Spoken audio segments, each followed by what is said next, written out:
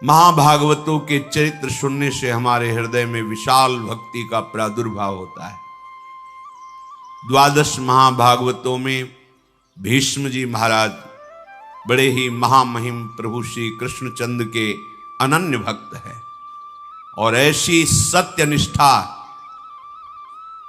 किसी भगवत स्वरूप महात्मा में ही पाई जाती, अन्यथा नहीं। अमोघ वचन, जो निश्चय कर लिया वो प्राणपण से निर्वाह किया।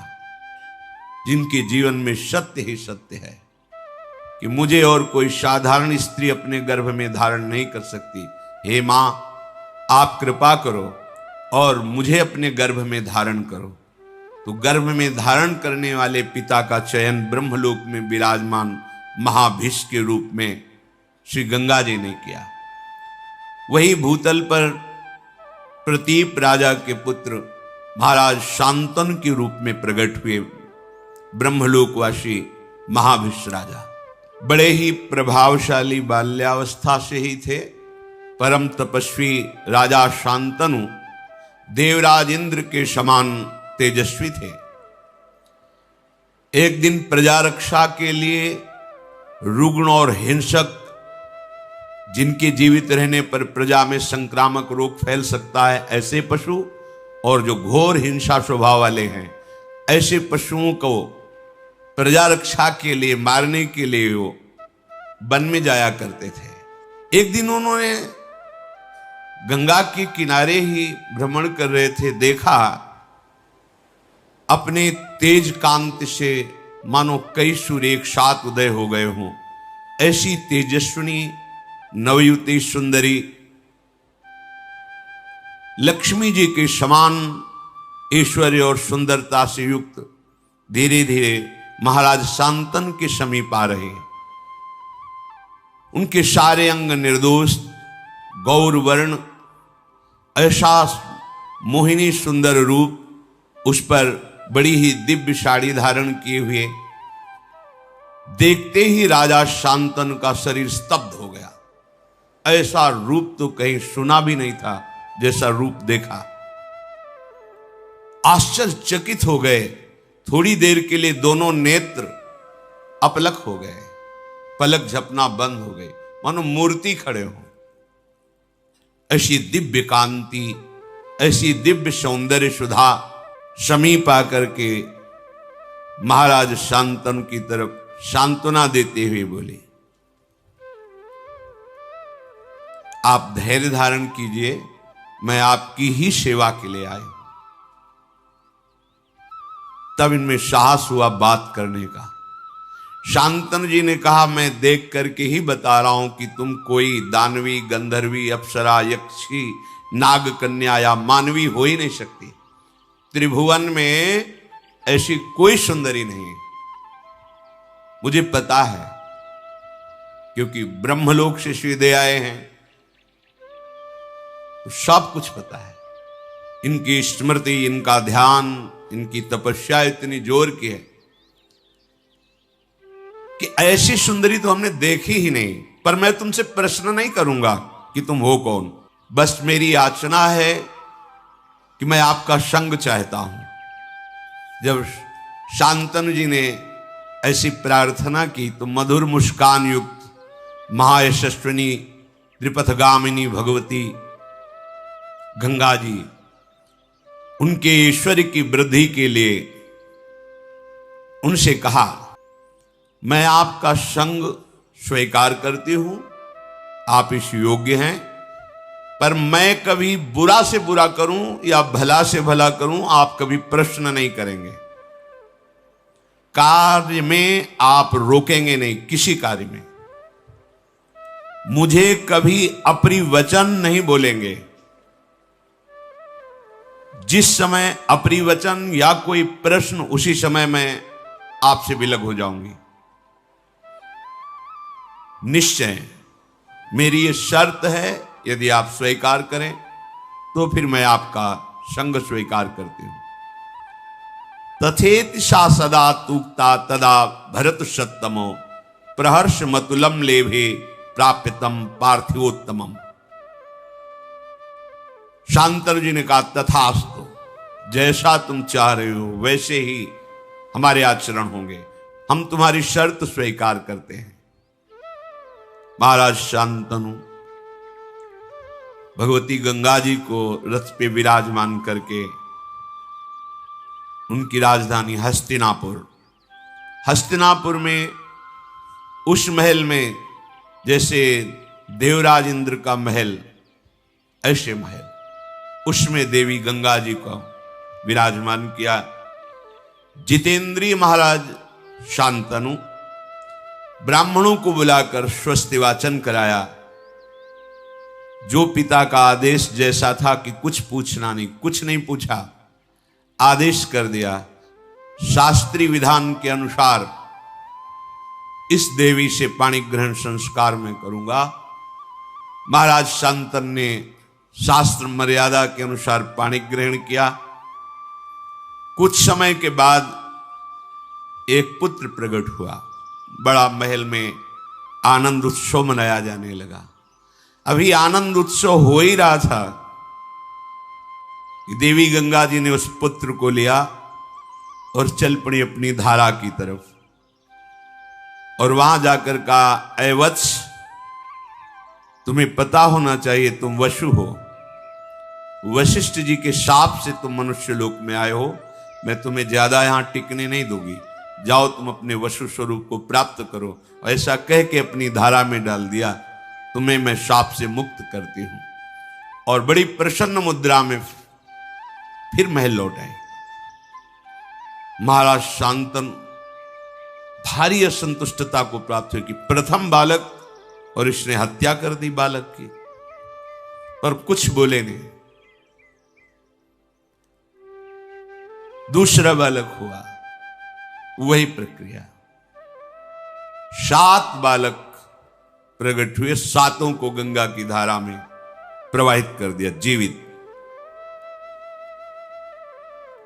जब 8वां बालक गर्भ में आया, जेवी लेकर के चले। अथैनामष्टमे पुत्रे जाते प्रहसतीमिव उवाच राजा दुःखार्तः परीक्षन् पुत्रमात्मनः। जेवी चली तो महाराज शांतनु पीछे से, ये क्या तू अमंगल कर रही, कौन है तू? ऐसी तो कोई मां नहीं देखा हमने सृष्टि में जो प्रकट होते हुए अपने बालक को नष्ट कर दे। मावधि कश्य काशीत किम हिनत्सि सुतानिति पुत्रग्नि सुमहत पापम संप्राप्तम ते सुगर्हितम। अय बालकों का वध करने वाली सुंदरी, तू कौन है? किसकी कन्या है? कितनी निर्दयी हृदय की है कि प्रकट होते ही बालक को मार देती है। अय पुत्र घातिनी, अब तुझे अपना परिचय देना होगा। बड़े क्रोध से युक्त होकर मार्ग रोक लिया। कौन है तू? बड़े शांत भाव से, पुत्र काम न तेहन्मी पुत्रम पुत्रवतांबर जीर्णस्तुमं वासोयम यथा स समय कृतः। अय पुत्र की इच्छा रखने वाले नरेश, तुम मेरा परिचय नहीं जानते इसीलिए कटु वचन बोल गए। पुत्रवानों में तुम महाभाग्यशाली पुत्रवान हो गए। नहीं मारूंगी इस पुत्र को क्योंकि तुमने टोक दिया, रोक दिया और मेरी शर्त भूल गए। मेरा समय समाप्त हुआ। जानते हो मुझे मैं कौन हूं? मैं त्रिपथगामिनी भगवती गंगा हूं। कोई पुत्र घातिनी या कोई पापिनी नहीं हूं। हाथ जुड़ गए शांतनु के। गंगा जी बड़े बड़े महर्षियों के द्वारा सेवित मैं हूं। केवल वसुओं का कार्य पूर्ण करने के लिए, उनको गर्भ में धारण करने के लिए उनकी प्रार्थना से मैं आई हूं। ठीक है, तुमने टोक दिया। ये 8वां पुत्र महातेजस्वी महाभाग देववसु है।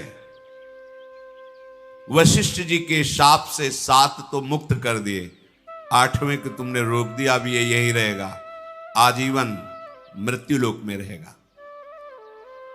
तुम्हारे सिवा ऐसा त्रिभुवन में कोई राजा नहीं जो मेरा संग कर सके।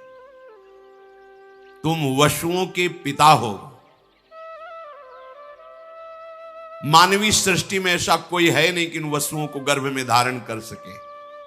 अतः इन वसुओं की प्रार्थना से इनकी मां बनने के लिए मैंने मानव शरीर धारण करके तुम्हारा संग किया।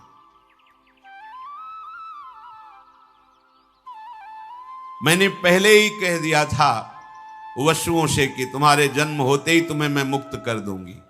ये वसु हैं, कोई और नहीं है। मैं पुत्र घातिनी नहीं हूं, इनको शाप से मुक्त किया है। महान व्रत का पालन करने वाले तुम्हारे इस पुत्र को मैं भी तुम्हारे पास नहीं छोड़ूंगी। इसमें 8 वसुओं का अंश है। ये जब संपूर्ण विद्याओं में कुशल हो जाएगा तो तुम्हें स्वयं मिल जाएगा। आप निश्चिंत रहना। जब ये बालक मिले तो इसका नाम देवव्रत गंगादत्त ऐसा नाम पुकारना। गंगा जी ने महाराज शांतनु को जो अपना परिचय दिया तो अवाक हो गए। मेरी पत्नी के रूप में भगवती गंगा जी थी। अगर पहले बता देते तो शायद उनकी साहस वृत्ति इतनी ना पड़ती। देखते ही देखते पुत्र सहित गंगा जी अंतर्धान हुए।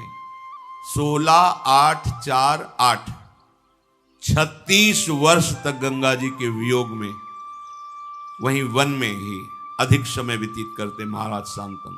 वही गंगा जी का ध्यान, उन्हीं का स्मरण। भारी वियोग हृदय में हुआ, क्योंकि जब परिचय मिला तो अंतर्धान हो गई। 36 वर्ष। एक दिन विचरण कर रहे थे, देखा गंगा की धारा प्रवाहित होती हुई रुकने लगी। विचार किया कि ऐसा कैसे हो सकता है।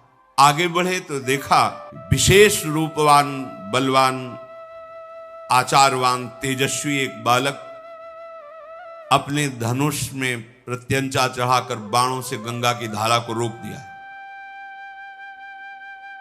लौकिक अलौकिक समस्त अस्त्रों की कलाएं उसमें विराजमान हैं। बल, धैर्य, वीर, पराक्रम, महारथी वीरता, ये सब उसमें झलक रही। महाराज शांतनु ने देखा। महाराज शांतनु इतने आकर्षित हो गए, उन्हें पता नहीं कौन है। जब नजदीक की तरफ बढ़े तो बालक देख के ही अंतर्धान हो गया। बड़े विस्मय में पड़ गए कि ऐसा तेजस्वी बालक अभी तक हमने नहीं देखा जो बाणों से गंगा की धारा को रोक दे। बहुत चिंतित थे। इतने में देखा कि भगवती गंगा जी उस बालक को हाथ से पकड़े हुए सामने आई। बड़ा दिव्य रूप पहले से भी अधिक प्रकाशित गंगा जी का है, क्योंकि इनके संग के लिए ही अपने रूप की गरिमा को कम किया था, तब ऐसा रूप था। आप तो दिव्य रूप गंगा जी का। दिव्य अलंकारों से विभूषित देवी गंगा उस बालक को सामने लाई और कहा, ये वही आपका 8वां पुत्र है जिसके लिए आपने मुझे कटु वचन बोले थे, रोका था और मैं लेकर के अंतर्धान हुई थी। पुरुष सिंह त्रिभुवन में इसके समान कोई अस्त्रवेत्ता नहीं है। शास्त्रों का ज्ञान रखने वाला और शस्त्रों का ज्ञान रखने वाला। इसे मैंने बड़ी दिव्यता से पालन पोषण किया है। यह अब आपका पुत्र है। ये महर्षि वशिष्ठ से 6 अंगों सहित समस्त वेदों का अध्ययन करके ब्रह्मबोध हो चुका है। महाराज वशिष्ठ जी योग वासिष्ठ नामक पूर्ण ब्रह्मबोध कराने में समर्थ ग्रंथ है योग वासिष्ठ। ये अस्त्र विद्या का महान पंडित, महान धनुर्धर और युद्ध में देवराज इंद्र को भी परास्त करने की सामर्थ्य रखने वाला बालक है। देवता असुर कोई भी त्रिभुवन में ऐसा नहीं जो इसके सामने टिक सके। नीति को भगवान शुक्राचार्य जी से हमने शिक्षा दिलाई है और देवदानों वंदित भगवान बृहस्पति जी से इसने शास्त्र ज्ञान प्राप्त किया है, ब्रह्म ज्ञान वशिष्ठ जी से प्राप्त किया है। महाबाहु महात्मा ये पुत्र अंग और उपांगों सहित पूर्ण रूप से प्रतिष्ठित है। जमदग्नि नंदन महर्षि भगवान परशुराम जी का ये शिष्य है, अस्त्र विद्या में उनके समान ही है। मैंने पूर्ण करके इस पुत्र को तुम्हें दिया है। राजधर्म, अर्थशास्त्र, मोक्ष धर्म, समस्त धर्मों का ये महान पंडित है, ज्ञानी है। जाओ, ये तुम्हारे कुल की कीर्ति का वर्धन करने वाला होगा। अभी कुछ बोल ही नहीं पाए थे महाराज शांतनु की देवी गंगा अंतर्धान हो गई।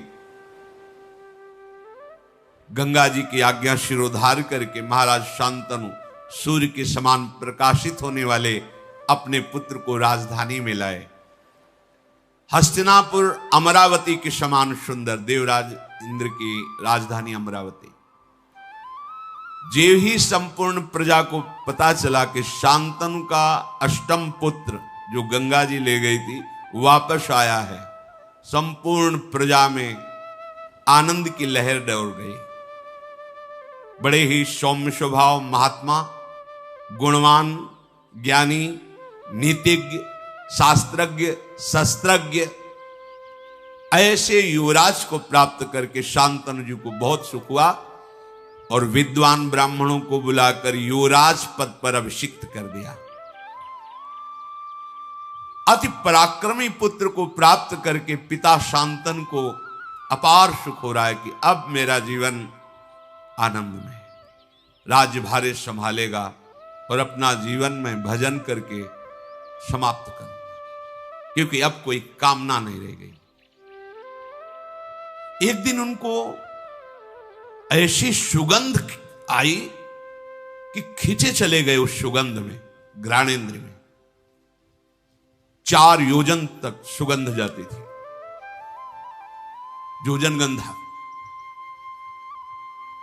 खिंचते हुए सुगंध को लक्ष्य करके जब पहुंचे तो वहां देखा एक नौका में मूर्तिमान मानो सुंदरता विराजमान हो, ऐसे एक देवी विराजमान है।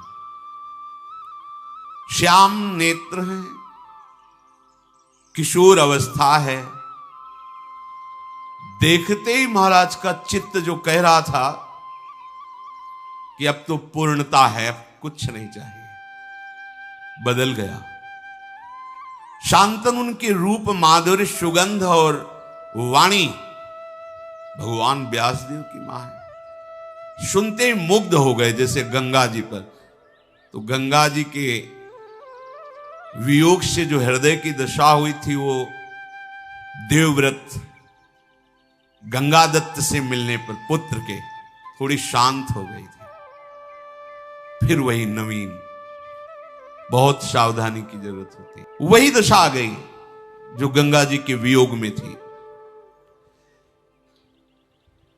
सीधे उतरे नाव से, तुम्हारा घर कहां है? बताया। वहां गए, चक्रवर्ती सम्राट है। जे ही देखा निषाद ने कि महाराज पधारे, प्रणाम किया, अर्घ दिया, पूजन किया। महाराज मेरे तो भाग्य खुल गए, आप जैसे प्रतापी राजा यहां पधारे हैं। क्या आज्ञा है, क्या सेवा करूं? वो जो नौका में विराजमान युवती हो तुम्हारी पुत्री है? हाँ महाराज, मैं तुम्हारी पुत्री का वरण करता हूं और उसको मांगने आया हूं तुमसे। महाराज, ओहो, मुझे चिंता थी कि इतनी सुंदर पुत्री का वरण कौन, किसके साथ करूंगा? मेरे पास तो धन नहीं, संपत्ति नहीं। भगवान ने मेरी बात सुन ली। आप जैसा तेजस्वी, आप जैसा महान सम्राट स्वयं मांगने आया, ये तो मेरी पुत्री का भाग्य और मेरा भी भाग्य है। परंतु आप राज्य के अधिकारी मेरी पुत्री के नहीं, पुत्री का अधिकार मेरे हाथ पर है। तो अब मैं जैसा कहूंगा वैसा आपको करना होगा, तब आपको पुत्री मिलेगी। राजा के रूप में आपका स्वागत कर लिया, पर पुत्री मांग रहे हो तो उसके लिए मेरे पास शर्त है। उस शर्त को पूरी करो और पुत्री को ले जाओ। यदि आप मेरी पुत्री को अर्धांग में विराजमान करना चाहते हो तो सत्य को सामने रखकर मेरे सामने प्रतिज्ञा करो, इससे जो संतान होगी वही हस्तिनापुर के सिंहासन पर विराजमान होगी। शांतनु ने कहा, ऐसा कभी नहीं हो सकता। मैं गंगा पुत्र देवव्रत के स्थान को किसी को नहीं दे सकता। तुरंत वहां से चल दिए। अब हृदय में वही विरहाग्नि जो गंगा जी के अंतर्धान होने पर हुई थी। अब बोल सकते नहीं किसी से, हृदय जल रहा है एकांत में, बस कि अब क्या करें, कोई उपाय नहीं। देवव्रत युवराज पद पर हैं और पूर्ण समर्थ हैं। मैं उनके भाग्य पर ऐसा नहीं कर सकता कि वो राजा ना बने और इसका पुत्र राजा बने, कभी नहीं कर सकता। अपने सुख के लिए ऐसा कभी नहीं कर। दुचित हो गए, इधर ये भाव और उधर उस रूप और वाणी को सुनने के बाद बिक गए महाराज शांतनु। रोज का रोज शरीर बीमार होने लगा, अस्वस्थ होने लगे महाराज शांतनु। देवव्रत ने एक ही दृष्टि में देखकर पहचान लिया कि कोई आंतरिक विषय है जिस पर महाराज अस्वस्थ हो रहे हैं। जाकर के प्रणाम किया और कहा, पिताश्री आपका कुशल मंगल। भूमंडल का क्या कोई ऐसा भी नरेश है जो आपकी आज्ञा का पालन नहीं कर रहा? आप आदेश कीजिए, अभी मैं उसको परास्त करके आपके चरणों में। या कोई आपकी ऐसी आंतरिक दुख वृत्ति है जो आप किसी को बता नहीं सकते? अब आपका मौन रहना ठीक नहीं। आपके स्वास्थ्य के लिए आप चक्रवर्ती सम्राट पद पर हैं, आपको बोलना ही होगा, आपको हमसे बात करनी होगी। आपकी कांति मलिन हो रही है, आपका शरीर पीला हो रहा है, आप खिन्न हैं। साधारण बात तो है नहीं, ये कोई रोग नहीं है। मैं जानता हूं कि मैं प्रतिकार कर सकता हूं आपके इस चिंतन का, पर आपको उत्तर देना होगा। शांतन ने कहा, बेटा इसमें संदेह नहीं कि मुझे कोई रोग नहीं है, मैं भारी चिंता में डूब गया हूं। कैसे तुम्हें बताऊं, तुम पुत्र हो, कैसे तुम्हें अपनी चिंता की बात बताऊं? पर जब तुम पूछ रहे हो तो तुम इस विशाल वंश के मेरे एक ही पुत्र हो। मुझे पूर्ण पता है कि तुम पुरुषार्थ में समर्थ हो। मुझे पूर्ण विश्वास है हस्तिनापुर के सिंहासन की योग्य भी तुम ही हो। पर मैंने एक नवयुवती देखी तो मैंने विचार भी किया कि अगर एक पुत्र पे कोई संकट आ जाए तो पूरा का पूरा सिंहासन खाली। इस भाव की पूर्ति के लिए भी, और मेरा मन भी आसक्त हो गया है, इसके लिए मैं द्वितीय विवाह करना चाहता था, पर ऐसी शर्त रख दी कि मैं उसे निर्वाह नहीं कर सकता। तुम्हारा कल्याण हो, तुम आनंदित रहो, तुम शूरवीर हो, कभी किसी बात को सहन ना कर सको ऐसा नहीं, धैर्यवान हो, मेरी बात को छुपाओ और तुम राज्य सेवा में लगो। मैं संदेह में पड़ गया हूं, जब तक ये संदेह निवृत्त नहीं होगा तब तक मुझे शांति नहीं मिलेगी।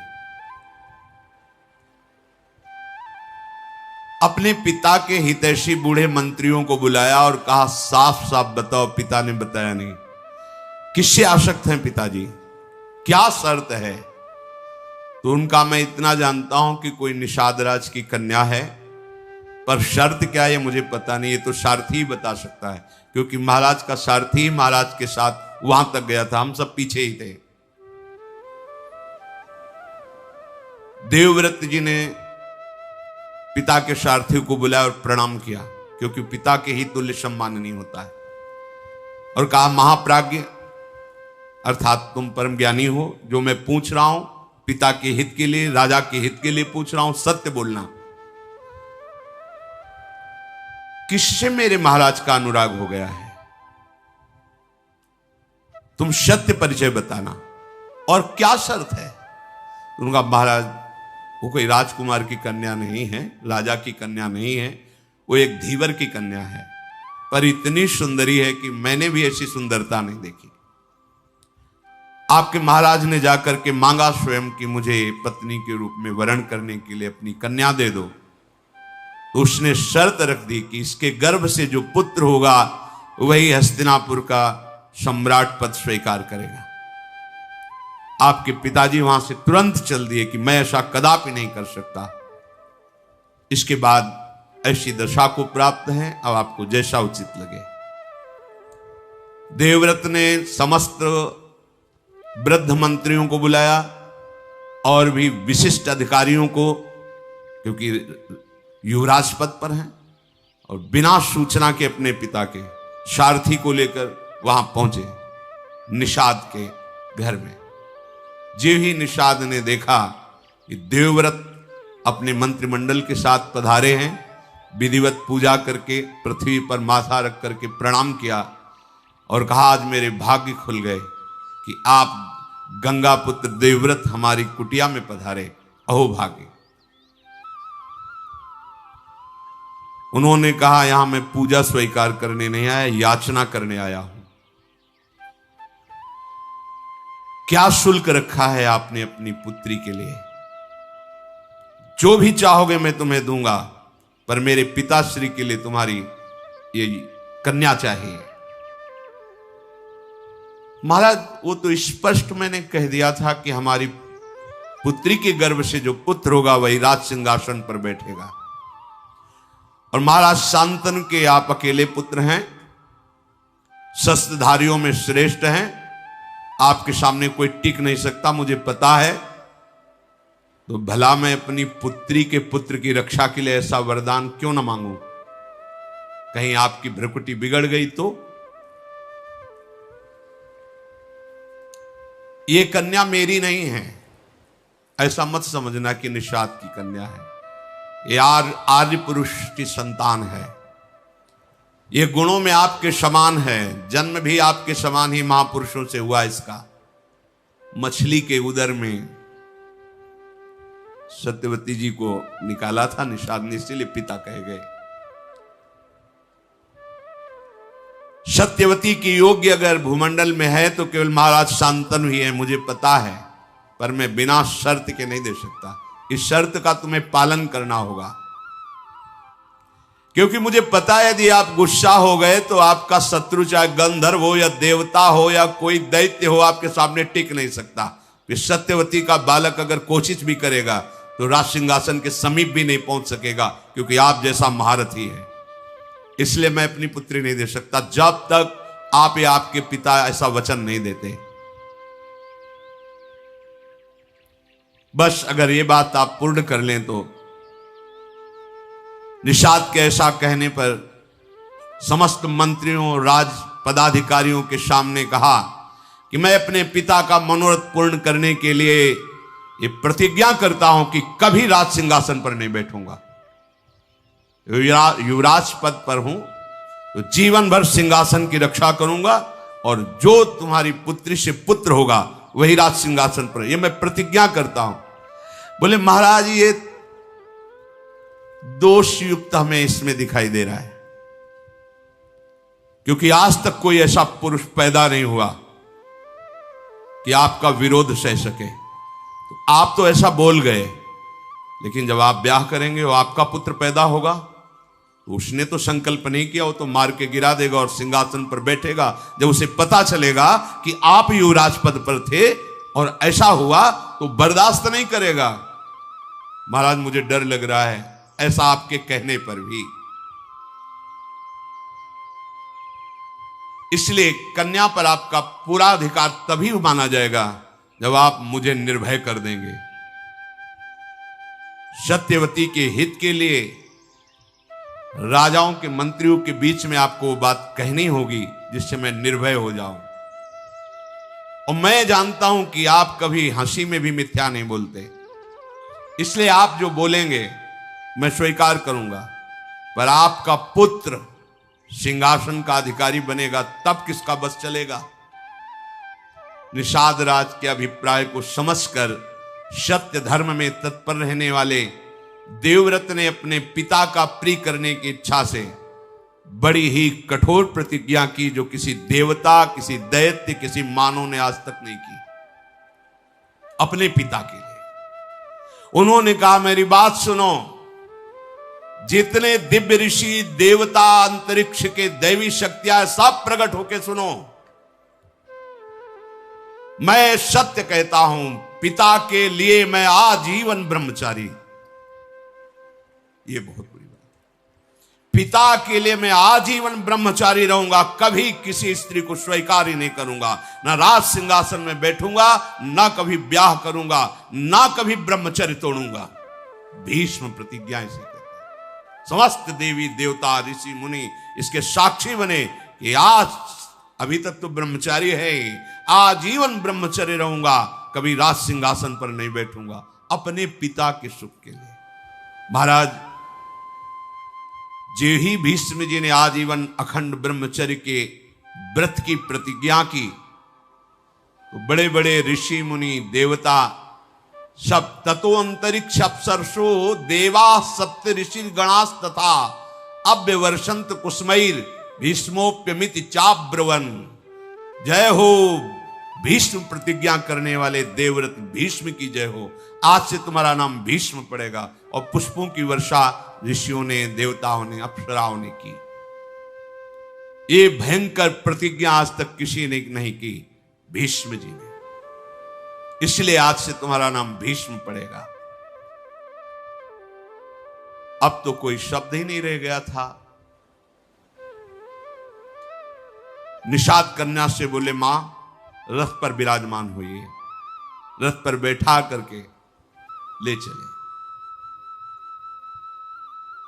उन सत्यवती जी को जब महाराज शांतन के समीप लाए तो जैसे मछली को जल में छोड़ दे तो नवीन प्राण आ जाते हैं, ऐसे देखकर। पर आश्चर्यचकित होकर के बोले जिसे मैं नहीं ला पाया उसे तुम कैसे ले आए? राजमंत्रियों ने बताया महाराज ऐसी इन्होंने प्रतिज्ञा कर ली। आंखों में अश्रु आ गए शांतनु जी के। मेरे लिए इतना बड़ा त्याग? जाओ मैं आशीर्वाद देता हूं, मृत्यु तुम्हारे वश में होगी। जो त्रिभुवन को वश में रखती मृत्यु, वो तुम्हारे वश में होगी। जब चाहोगे तब शरीर छोड़ोगे, नहीं चाहोगे तो तुम्हारे शरीर को मृत्यु स्पर्श ही नहीं कर सकती। मृत्यु विजयी स्वच्छंद मृत्यु का वरदान दिया। न ते मृत्यु प्रभाविता यावत जीवित मिच्छसी त्वत्तो हनुज्ञाम संप्राप्य मृत्यु प्रभाविता नग। हे पुत्र, जब तक तुम नहीं चाहोगे तब तक तुम्हारे शरीर को मृत्यु छू ही नहीं सकती। मृत्यु विजयी होने का वरदान महाराज शांतनु ने दिया। सत्यवती जी महातपस्वी चेदिराज वसु की पुत्री है। पालन निषाद राज ने किया। शांतनु ने ज्योतिषाचार्यों से जान करके कि ये विशुद्ध वसु की कन्या है, शास्त्रीय विधि से विवाह किया। महल में विराजमान हुए। कुछ काल के पश्चात सत्यवती जी के गर्भ से शांतनु का बुद्धिमान पुत्र चित्रांगद प्रकट हुआ, जिसका नाम चित्रांगद रखा गया। बड़ा ही पराक्रमी, श्रेष्ठ पुरुषों में सम्माननीय। शांतनु ने फिर दूसरा पुत्र प्रकट किया जिसका नाम विचित्रवीर्य हुआ। चित्रांगद और विचित्रवीर्य और भीष्म जी, गंगा से भीष्म जी और सत्यवती से चित्रांगद और विचित्रवीर्य महाराज शांतनु के प्रकट हुए। अभी विचित्रवीर्य यौवन अवस्था को भी नहीं प्राप्त हुए थे। महाराज शांतनु भगवत चिंतन करते हुए अपने शरीर को पूर्ण किया, अर्थात उनकी जीवन लीला समाप्त हुई। शांतनु के शरीर छोड़ने के बाद सारा का सारा भार भीष्म जी के ऊपर, क्योंकि अभी बालक ही थे। सत्यवती जी से सम्मति लेकर शत्रुओं का दमन करने वाले भीष्म जी ने चित्रांगद को राज्य पर बिठाया, राज सिंहासन पर चित्रांगद नवीन अवस्था थी, इसलिए वह अभिमान को शासन में नहीं कर पाए, क्योंकि ऋषि कुल में तो रहे नहीं, राजमहल में रहे तो इतना अभिमान बढ़ गया था कि जो भी सामने बात करता हस्तिनापुर के और संरक्षक भीष्म जी, वो सबका अपमान करके व्यवहार करते। और भीष्म जितने महान होते हुए बस इतना ही कह देते थे कि नहीं, वत्स सम्मान पूर्वक व्यवहार करना चाहिए, क्योंकि राजा पद पे हैं तो डांट नहीं सकते, पहले जाके सर झुकाना होगा। कोई भी मनुष्य हो, देवता हो, असुर हो, सबका आक्षेप करना, सबको अपमानित करना, चित्रांगद ने अपना ऐसा स्वभाव। तो एक गंधर्वराज का नाम था चित्रांगद, गंधर्वों का राजा था। वो एक बार सभा में आया, कहा राजकुमार मेरे जैसा कोई नाम धारण करे तो उसको मेरे से युद्ध करना होगा, मेरे पर विजयी हो तभी वो चित्रांगद नाम धारण कर सकता है, अन्यथा नहीं। मेरा नाम चित्रांगद है, मैं गंधर्वराज हूं, तुम्हें युद्ध के लिए ललकारता हूं। और धर्म ये कहता है जिसके लिए युद्ध ललकार हो वही लड़ेगा, ऐसा नहीं कि भीष्म जी लड़ लें। सभा से सम्मति पास हुई और कुरुक्षेत्र में चित्रांगद राजकुमार और गंधर्वराज चित्रांगद का युद्ध हुआ। अब वो माया युद्ध का स्वामी चित्रांगद जो गंधर्वराज है, मार डाला चित्रांगद राजकुमार को। कुछ नहीं कर सकते, क्योंकि द्वंद्व युद्ध है, ऐसा नहीं कि उसमें बचाव पक्ष या भीष्म जी अस्त्र चला दे, नहीं, धर्म कहता है ऐसा। अगर द्वंद्व युद्ध में जिसको ललकारा गया है और उसने ललकार स्वीकार किए तो वही निर्णय करेगा, वो मारे गए। अब तो हस्तिनापुर में बड़ी शोक की लहर छा गई। चित्रांगद के मारे जाने पर शांतनु भीष्म जी ने उनकी अंत्येष्टि क्रिया कराई। विचित्रवीर अभी बालक ही थे, पर सत्यवती जी से सलाह करके मंत्रियों से उनको राज सिंहासन पर अभिषेक किया, राजा के पद पर विराजमान किया। भीष्म जी आज्ञा के अधीन रह करके सिंहासन की पूर्ण रक्षा, बैठे केवल वो बालक ही तो हैं।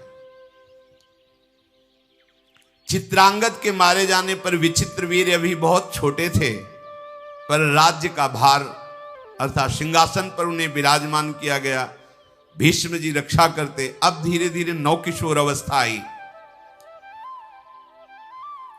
सत्यवती जी ने कहा कि भीष्म, इनके ब्याह की व्यवस्था तुम्हें करनी पड़ेगी, क्योंकि प्रायः ये बात थी कि निषाद कन्या से महाराज शांतनु ने ये पुत्र प्रकट किए, तो जैसे कोई बड़े बड़े राजा लोग स्वयंवर करते तो प्रायः निमंत्रण आदि के लिए।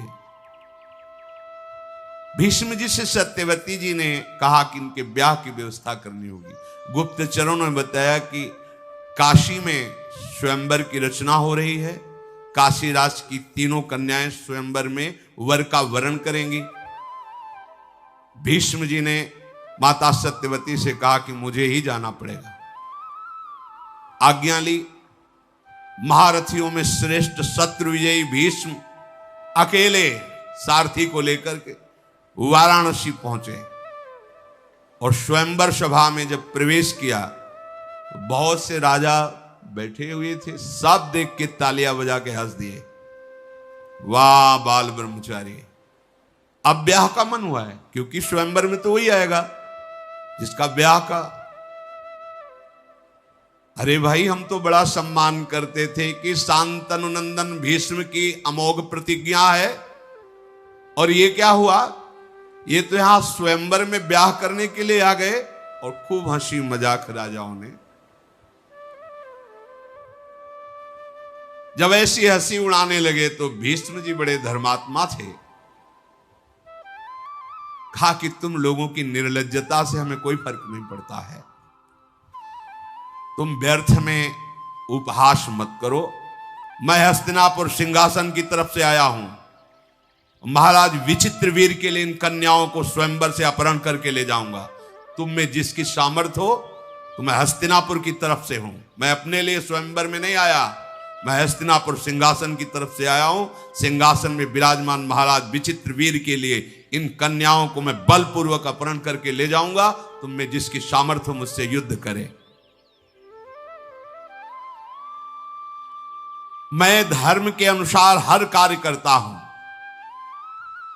सभा में भीष्म जी ने कहा, कई प्रकार के विवाह होते हैं जिनको मुझे पता है, मैंने धर्मशास्त्रों का गुरुजनों से स्वाध्याय किया है। कन्या को यथाशक्ति वस्त्राभूषणों से विभूषित करके गुणवान वर को बुलाकर उसे कुछ धन देकर उसके साथ ब्याह करना, ब्राह्मणों की उपस्थिति में उसे ब्राह्म विवाह कहते हैं। और धन नियत करके कन्यादान करना, धन ले करके कन्यादान करना, उसे आसुर विवाह कहते हैं। बलपूर्वक कन्या का अपहरण करना, उसे राक्षसी विवाह कहते हैं। और वर और कन्या की ही परस्पर केवल अनुमति से विवाह होना गांधर्व विवाह कहलाता है। अचेत अवस्था में पड़ी हुई कन्या को उठा ले जाना और विवाह कर लेना, उसे पिशाच विवाह कहते हैं। कुछ लोग वर और कन्या को एकत्र करके स्वयं उनसे प्रतिज्ञा कराते हैं कि हम दोनों गारस्थ धर्म का पालन करेंगे। फिर कन्या का पिता दोनों की पूजा करके अलंकार युक्त कन्या का वर के लिए दान करता है। ये प्राजापत्य विवाह कहलाता है। कुछ लोग आर्ष विधि करके ऋत्वज को कन्या देते हैं। इस प्रकार विवाहित होने वाले दैव विवाह की रीति से वो पत्नी प्राप्त, इसे दैव विवाह कहते हैं। ये 8 प्रकार के विवाह का वर्णन मैंने किया। मुझे धर्म का ज्ञान है। क्षत्रिय स्वयंवर की प्रशंसा करते हैं और स्वयंवर में बलवान राजा जबरदस्ती उन राजकुमारियों का अपहरण करके ले जाए, ऐसी विधान है। इसलिए धर्म के अनुसार मैं इन कन्याओं का अपहरण करता हूं अपने महाराज विचित्रवीर के लिए। ऐसा नहीं कि धर्म के विरुद्ध आचरण का। भूमि पालो, तुम लोगों की भुजाओं में यदि बल हो तो मुझे पराजित करो और इन कन्याओं को छीन लो। केवल हंसी मजाक करने से बात नहीं होती। मैं युद्ध के लिए संपूर्ण राजाओं को एक साथ निमंत्रण देता हूं। इन 3 कुमारियों को बैठा लिया, अब जिसकी भुजाओं में बल हो मैं अकेले हूं, छुड़ा लो। भीष्म जी की बात सुनकर जितने वहां कन्या को प्राप्त करने के लिए राजा राजकुमार आए थे, सबने अपने अपने कवच बांधने शुरू किए। भुजाओं में ताल ठोक करके भीष्म जी से लड़ने के लिए चले। जल्दीबाजी में कोई इधर कवच बांध रहा है, कोई उधर कवच बांध रहा है। मानो आकाश मंडल से तारे टूट पड़ रहे हो, ऐसे राजा चमकते हुए मुकुट, धनुष बाण भीष्म जी को घेर लिया।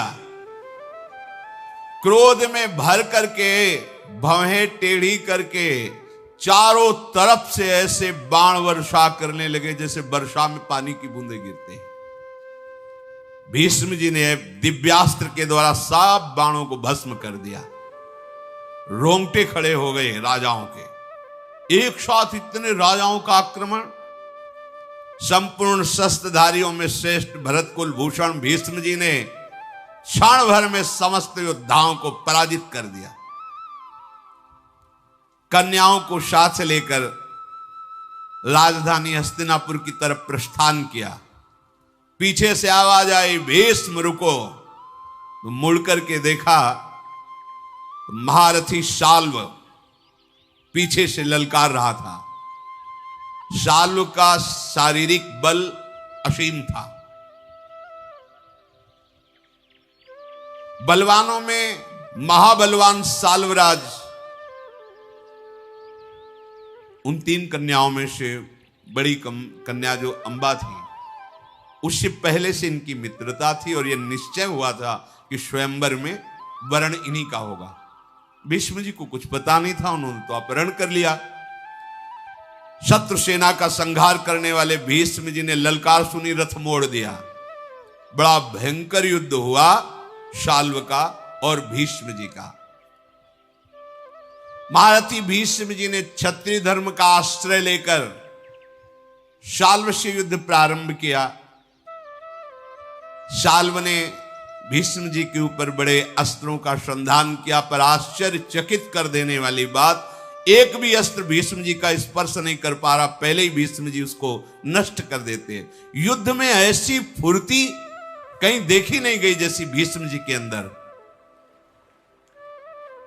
शांतनु नंदन भीष्म जी ने शाल्व से कहा, खड़ा रह तू। उसके सारथी को मारा, उसके घोड़े को मारा, और जैसे पक्षीराज गरुण सर्प को दबोच लेते हैं, ऐसे शाल्व को बड़ा पराक्रमी शाल्व। भीष्म जी ने उसे घुटने के बल करके कहा, जा तेरे प्राण छोड़ता हूं, आवाज मत कर, वापस चला जा। इंद्रास्त्र के द्वारा उसको मूर्छित करके सावधान करके, जा प्राण दान करता हूं, तुझे मारूंगा नहीं। शाल्व निराश होकर के चला गया। इस चर्चा इन महाभागवतों के आगे। श्री राधा वल्लभ।